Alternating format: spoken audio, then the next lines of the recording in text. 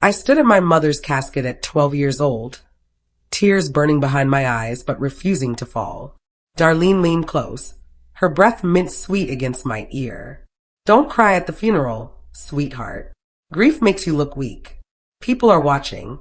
Her hand squeezed my shoulder, firm enough to hurt, but gentle enough to look comforting from a distance. Around us, mourners whispered about the poor orphaned girl and the generous foster mother who'd taken me in. I swallowed my tears, straightened my shoulders, smiled when people approached to offer condolences. That was the moment Darlene won. At least temporarily. I didn't understand it then, standing in that funeral home with its cloying flower smell and hushed voices. I didn't recognize that she was already training me, already teaching me that my real feelings didn't matter, only the performance. My mother had died of cancer 3 months earlier. The state had placed me with Darlene immediately afterward, calling it a perfect match because she specialized in grief counseling for foster children. But standing there, holding back tears because she told me to, I learned my first real lesson about survival in Darlene's house. Your pain is only valuable if it makes her look good. Everything else gets buried. My name is Hattie Monroe. I arrived at Darlene's house in rural Indiana with 1 plastic grocery bag containing everything I owned.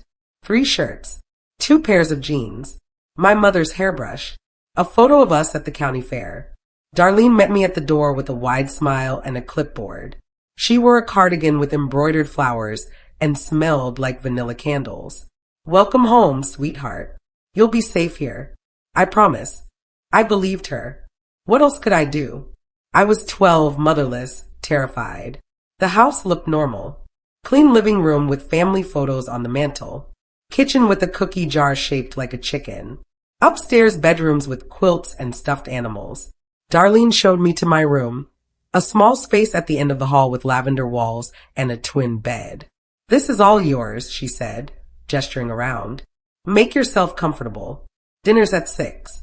We say grace before meals, and we always say thank you after. Family rules. She left me alone then, closing the door softly. I sat on the bed, clutching my plastic bag, and tried to feel grateful. Tried to believe this would be okay. The house was silent except for muffled voices downstairs. Darlene talking to someone, her tone completely different. Sharper. Annoyed. She'll be fine. Just needs structure and discipline. These kids always do. Within 2 weeks, Darlene was bragging about me to everyone. At church, she introduced me to the congregation. This is Hattie. She lost her mother to cancer. Poor thing. We're helping her heal.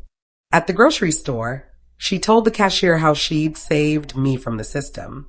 Foster care is so important. These children need stable homes. At the monthly foster awareness luncheon, she made me sing. I stood on a small stage in the community center, wearing a dress Darlene had picked out, and sang Amazing Grace while dozens of people watched. My voice shook. My hands trembled. Afterward, people applauded. They told Darlene what a wonderful thing she was doing. She beamed, accepting praise like flowers. I felt like a puppet, a show dog, a prop in her narrative of generosity. Darlene's biological daughter, Sheridan, watched from the back of the room. She was 14, tall and confident in ways I would never be. When our eyes met, she smirked and whispered something to her friend. They both laughed.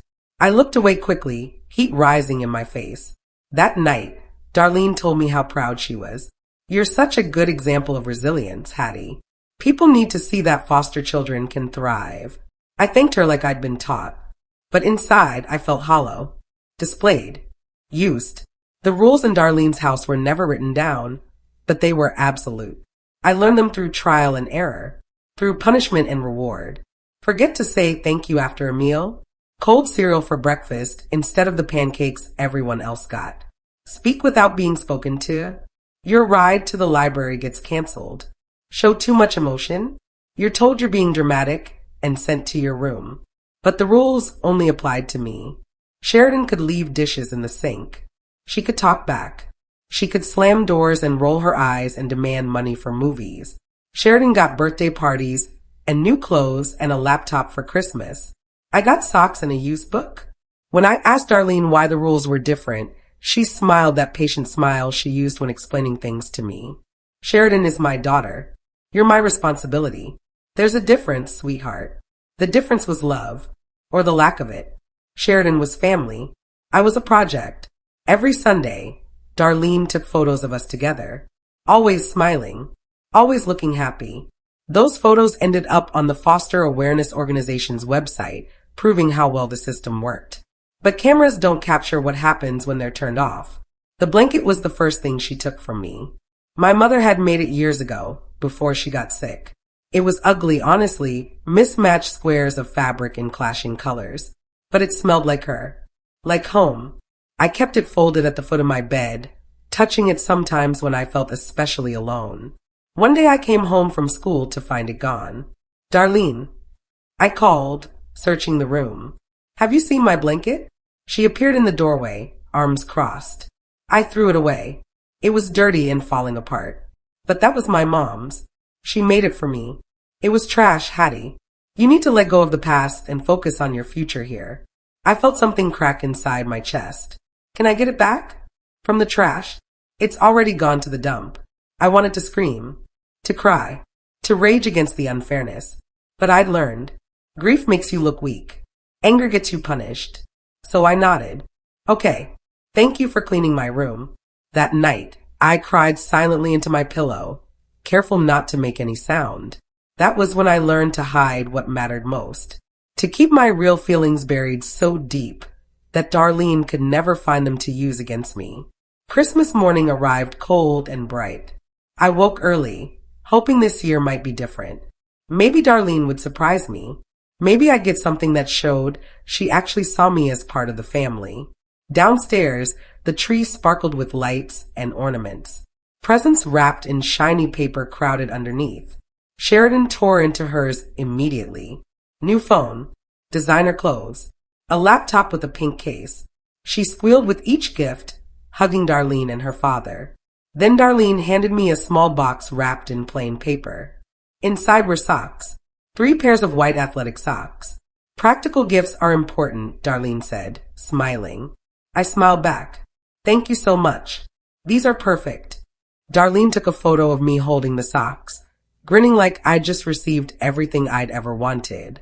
That photo ended up on the town charity's Instagram page later that day. The caption read, "Foster care is family. Every child deserves to feel loved during the holidays."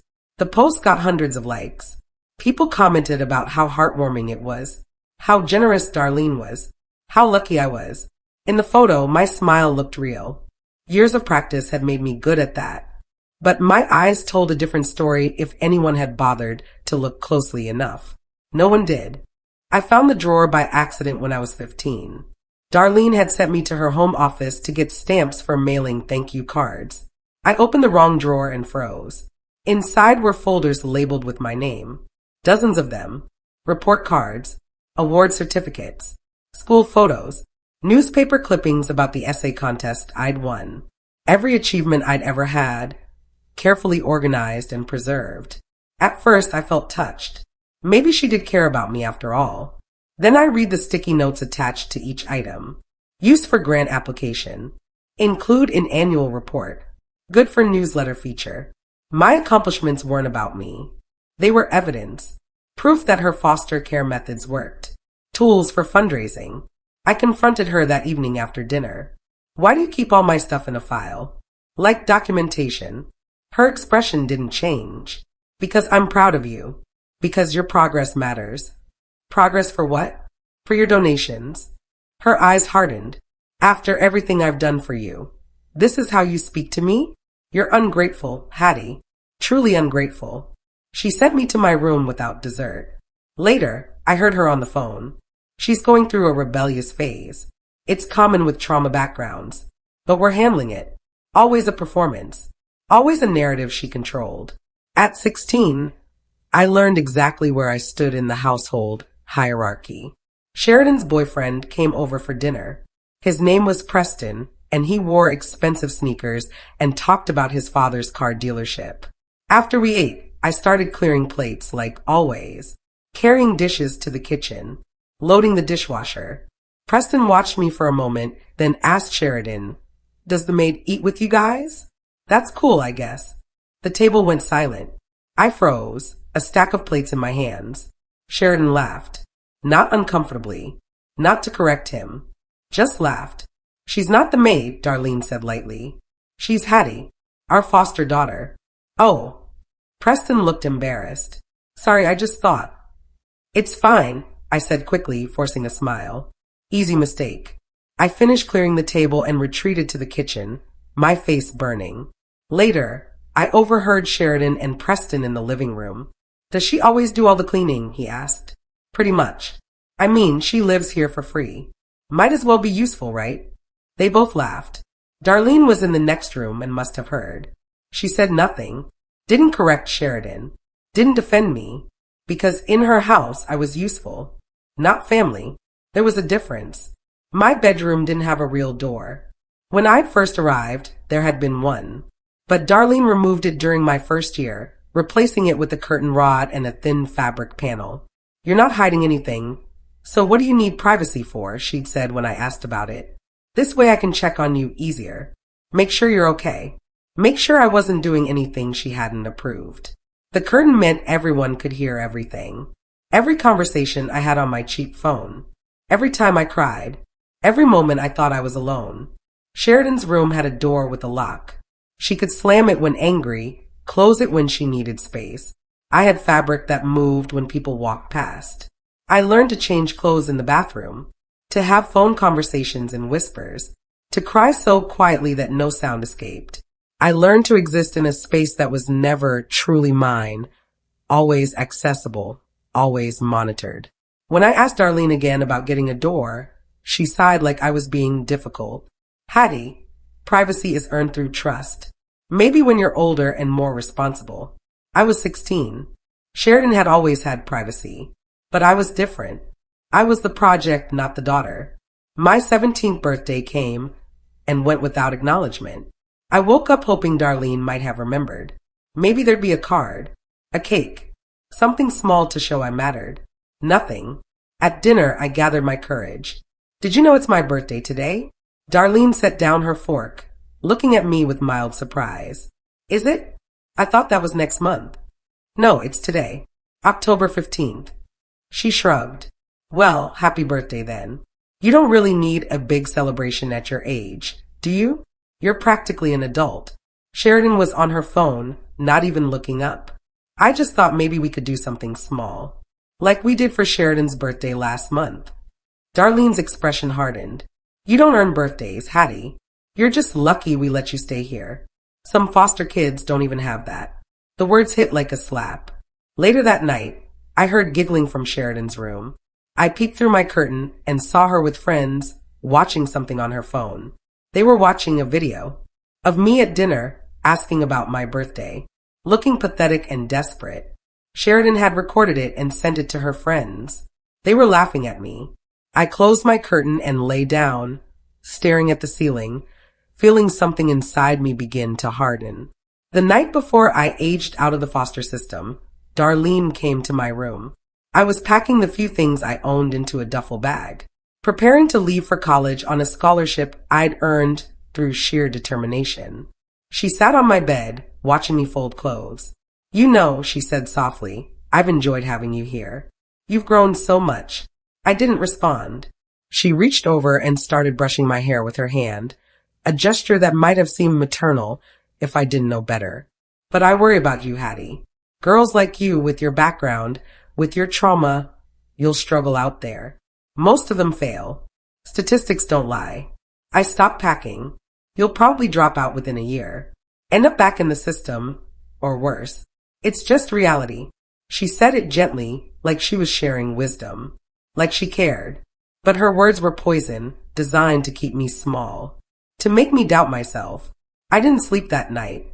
I lay in my bed, staring at the fabric curtain, replaying her words over and over. And I made a decision. I would prove her wrong. Not for her. For me. I would succeed despite everything she'd done to break me down. At 18, I walked out of Darlene's house with a duffel bag, my college acceptance letter, and a hole where a family should have been. No one came to say goodbye. Darlene was at a foster care fundraiser. Sheridan was at a friend's house. Her husband, Lennox, gave me an awkward wave from his workshop. I called a ride service to take me to the bus station. As I sat in the back seat watching the house disappear behind me, I told myself I'd never look back. I promised myself I was done with that chapter. Done with Darlene. Done with feeling worthless. But I was lying to myself. You don't just walk away from years of psychological control. You carry it with you like scar tissue. At college, I worked 3 jobs while maintaining my grades. I lived in the cheapest housing. I ate ramen and cereal and whatever I could afford. But I was free. For the first time in 6 years, I made my own choices, felt my own feelings, existed without performance. I studied publishing and communications, driven by a desire to tell stories that mattered. Stories about people who'd been silenced. I graduated with honors, got an internship at a publishing house in Chicago, worked my way up to a full-time position. By 24, I had my own apartment, my own life, my own identity separate from everything Darlene had tried to make me. I thought I'd escaped. I was wrong. 7 years after leaving Indiana, I saw her face again. I was at work in a meeting about our new marketing campaign. The department head was introducing new hires. This is Sheridan Walsh. She'll be joining our marketing team. My blood turned to ice. Sheridan walked in, confident and polished in designer clothes. Her eyes swept the conference table and landed on me. She smiled, not warmly, the same smirk from our childhood. After the meeting, she approached me in the hallway. Hattie Monroe. Small world. What are you doing here? My voice came out shakier than I wanted. Working. What does it look like? Mom mentioned you were at a publishing house in Chicago. Funny coincidence, right? It wasn't a coincidence. It couldn't be. How did she know where I work? Sheridan's smile widened. Oh, you know Mom. She keeps track of all her foster kids. Likes to see how they turn out. She walked away, leaving me frozen in the hallway. That night, I couldn't sleep. I searched Darlene's name online, finding her social media accounts. She'd posted about me recently, about how proud she was that I'd overcome my difficult start to build a career. She was still using me, still crafting narratives about her success as a foster parent. And now Sheridan was here, in my workplace, in my life. The surveillance started small. Sheridan mentioned details about my apartment building that I'd never shared. That place on Ashland, right? With the blue door. My boss started treating me differently, colder, more critical. Then I discovered something that made everything click into place. Our company's annual report listed major donors to our corporate charity fund. There, in black and white, Darlene Walsh, $10,000 donation. My hand shook as I read it. She donated money to my company, created a connection, a reason to be involved. That's how Sheridan got hired. That's how Darlene knew where I worked. This wasn't coincidence. It was a leash. I dug deeper, finding more evidence. Darlene had reached out to my boss months before Sheridan was hired, offering to speak at company events about foster care awareness. She positioned herself as an expert, a generous benefactor, someone whose recommendations mattered, and she'd recommended her daughter for the marketing position. I felt sick.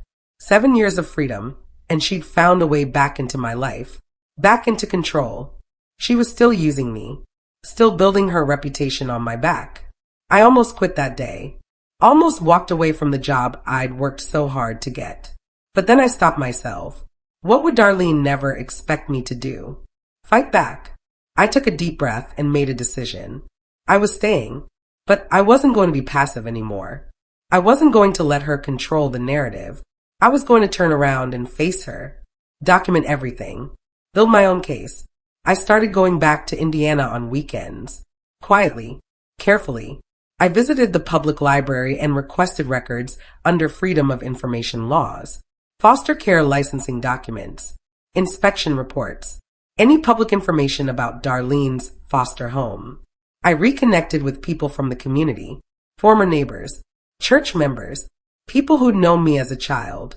I asked casual questions. How's Darlene doing?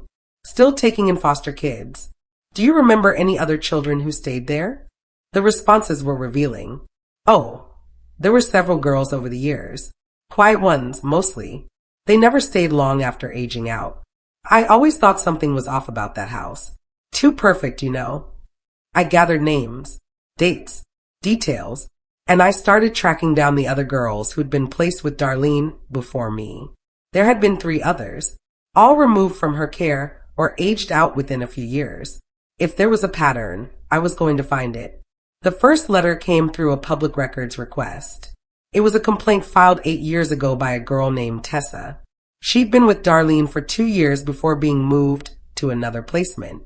The complaint described emotional manipulation, favorites being shown to biological children, being made to perform for donors, the exact same patterns I'd experienced.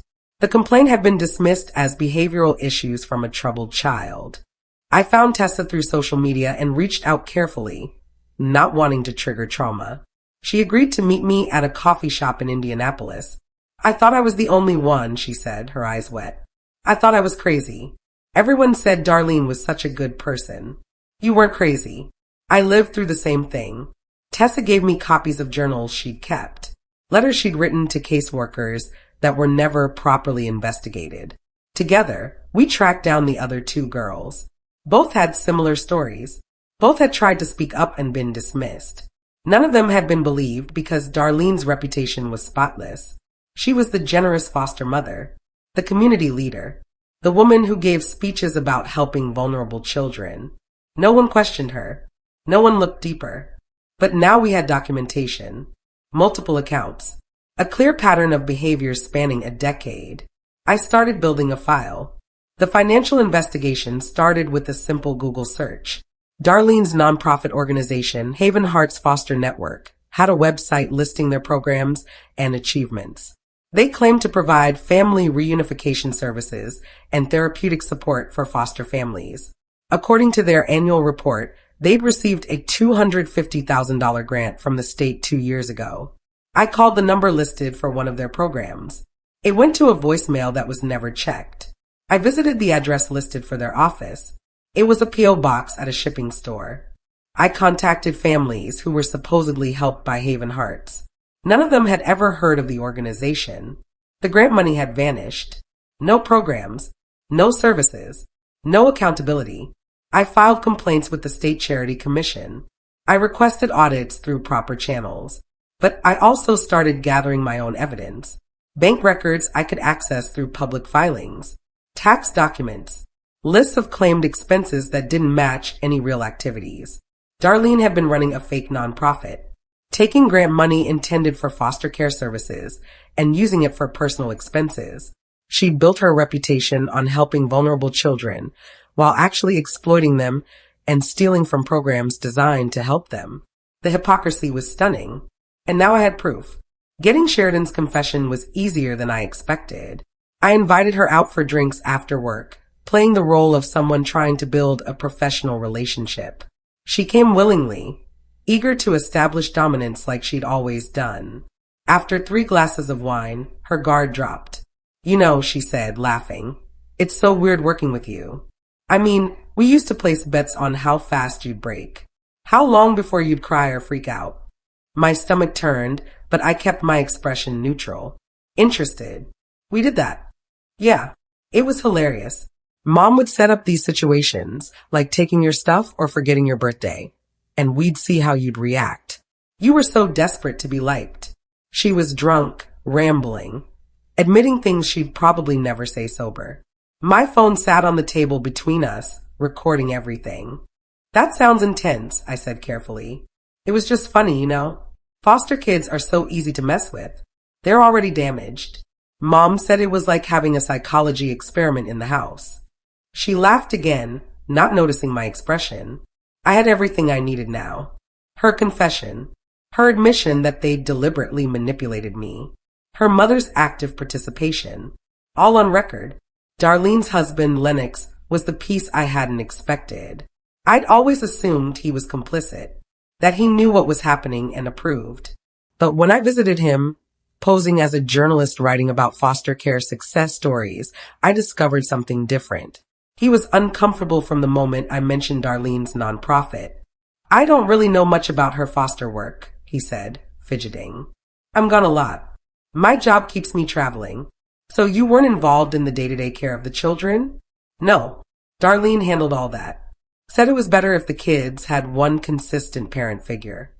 He'd been excluded, kept separate from what was really happening. I showed him the complaint letters, the financial documents, the grant that didn't match any real programs. His hands started shaking. I didn't know, he whispered. I swear I didn't know. She kept you away on purpose. You were never home to see what actually happened. He looked at me with recognition suddenly dawning. You're Hattie, the girl who lived with us. I am. Did she hurt you? Yes, every day. Just not in ways that left visible marks. He stood abruptly, pacing. I need to make some calls. A week later, Lennox filed for separation and contacted the state licensing board independently. His testimony corroborated everything the rest of us had reported. Darlene's perfect image was cracking. I attended the state foster care licensing board meeting on a cold Tuesday in November. I didn't announce myself, didn't speak during public comments. I simply submitted a dossier to the board secretary before the meeting started. Inside were copies of everything. The complaint letters from former foster children, the financial documents showing grant fraud, the recording of Sheridan's confession, Lennox's statement, photos documenting the lack of privacy in my former bedroom. Everything organized, cited, documented. The board members reviewed it during their closed session. I sat in the public gallery, watching their faces change as they read. Watched them start whispering to each other. Watched the chairwoman's expression harden. When they reconvened in open session, the chairwoman made an announcement. The board has received credible allegations regarding licensed foster provider Darlene Walsh. We are initiating a formal investigation effective immediately. All current placements will be reviewed for safety. No one mentioned my name. I'd requested anonymity in my submission. But as I left the building, I felt something shift. Something that had been crushing me for years, finally loosening its grip. The truth was out there now, in official hands, beyond Darlene's ability to control or spin. She couldn't charm her way out of this. The collapse happened quickly once it started. Within 2 weeks, the state audit of Haven Heart's foster network was complete. The findings were damning. Grant money used for personal expenses. No actual programs or services provided. Fraudulent reporting. Donations to her nonprofit stopped immediately as the news spread. Sheridan was suspended from her job pending internal investigation into how she was hired. The company quietly severed ties with Darlene's charitable donations. Lennox filed for divorce and moved out of the family home. Darlene's name was removed from the community's Foster Care Hero Awards. The recognition she'd received years earlier was quietly rescinded. Her foster license was revoked. She became a cautionary tale instead of an inspiration. Local news picked up the story. Former foster care advocate under investigation for fraud. The article included statements from multiple former foster children describing emotional abuse and exploitation. My name wasn't mentioned, but my story was there, woven into the pattern of behavior that multiple children had experienced. Darlene tried calling me. I blocked her number. She sent letters. I returned them unopened. She had no power over me anymore. No control. No access. The silence was my final answer. Darlene held a press conference 2 weeks after the story broke. I watched it online from my apartment, my partner beside me. She sat at a table in a community center, wearing her cardigan and trying to look vulnerable. Her lawyer sat beside her. I've dedicated my life to helping children, she said, her voice trembling. These allegations are heartbreaking. I've made mistakes, but my intentions were always good. I'm being attacked by people who don't understand the complexities of foster care. She cried on camera, actual tears. The performance was Oscar-worthy. But I had something better than arguments. I had evidence. I sent the audio recording to the news station that had covered the story. Sheridan's drunken confession about placing bets on how fast I'd break. Darlene's voice on an old recording I'd found, laughing about training foster children to behave properly. The station aired the recordings the next day. No commentary needed, just her own words, her daughter's admission, their laughter. The public opinion shifted immediately. People who defended her went silent. She destroyed her own credibility. I just provided the platform. The final audit uncovered more than anyone expected. Darlene had embezzled over $180,000 from foster care grants over 5 years. She'd falsified reports to the state. She'd claimed expenses for children who'd never lived in her home. She was formally charged with multiple counts of fraud and theft. Her foster license wasn't just revoked. She was placed on a permanent ban list. She could never work with children again in any capacity. Sheridan's job termination became permanent. Her reputation in the industry was destroyed. No one wanted to hire someone associated with such a public scandal. The house went up for sale. Darlene's nonprofit was dissolved. Her public speaking invitations were canceled. Everything she'd built, all the recognition and respect she'd cultivated, crumbled completely. She'd spent years constructing an image as a selfless caregiver. It took weeks for that image to be completely dismantled. People started sharing their own stories online. Others who'd encountered Darlene and felt something was off. Teachers who'd noticed concerning patterns but hadn't known how to report them. The truth spread like wildfire. And I watched from a distance, feeling something that wasn't quite satisfaction. More like relief. The monster under my bed had been exposed. She couldn't hurt anyone else. I saw her one last time, completely by accident. I was visiting Indiana to give a deposition for the criminal case against her. I stopped at a coffee shop afterward. Darlene was there, sitting alone at a table by the window. She looked smaller than I remembered. Older. The confident, controlling woman from my childhood had been replaced by someone who looked defeated. Our eyes met. She recognized me immediately. For a moment, I thought she might approach me. Might try to apologize, or explain or manipulate one more time. But she just looked away. I got my coffee and left. Later that week, I heard she'd moved out of state. Her house had sold at a loss. She was living with relatives, working a retail job. Her social media accounts were deleted. Her name produced only negative search results. She'd vanished from public life completely. Part of me had wanted a dramatic confrontation, a moment where I could tell her exactly what she'd done to me, make her understand the years of damage. But I realized I didn't need that. My silence was louder than any words. She knew what she'd done. Everyone knew now. That was enough. I sat on the beach with my partner, watching the sunset paint the sky orange and pink. Tell me the whole story, he says gently. You've mentioned pieces, but I want to understand everything. So I do. For the first time, I tell someone the complete truth. Not the sanitized version. Not the story that protects everyone's feelings. The real story. The painful one. The one that shows exactly what happened and how I survived it. When I finish, he asks, do you ever want to talk to her again? To Darlene. I shake my head. No. She already heard me. Through the evidence. Through the recording. Through the consequences. She heard me louder than she ever did when I actually spoke. Do you forgive her? I consider this carefully. No, and I don't need to. Forgiveness isn't required for healing. Understanding is. Acceptance is. Choosing myself is. We sit in comfortable silence, watching waves crash against the shore. I'm not the terrified 12-year-old clutching a plastic bag anymore. I'm not the performer, desperate for approval. I'm Hattie Monroe. I survived. I documented. I spoke truth. And I finally chose myself over the people who tried to make me believe I was worthless. Not revenge. Release. She doesn't control my story anymore. I do. And that's the only justice that truly matters.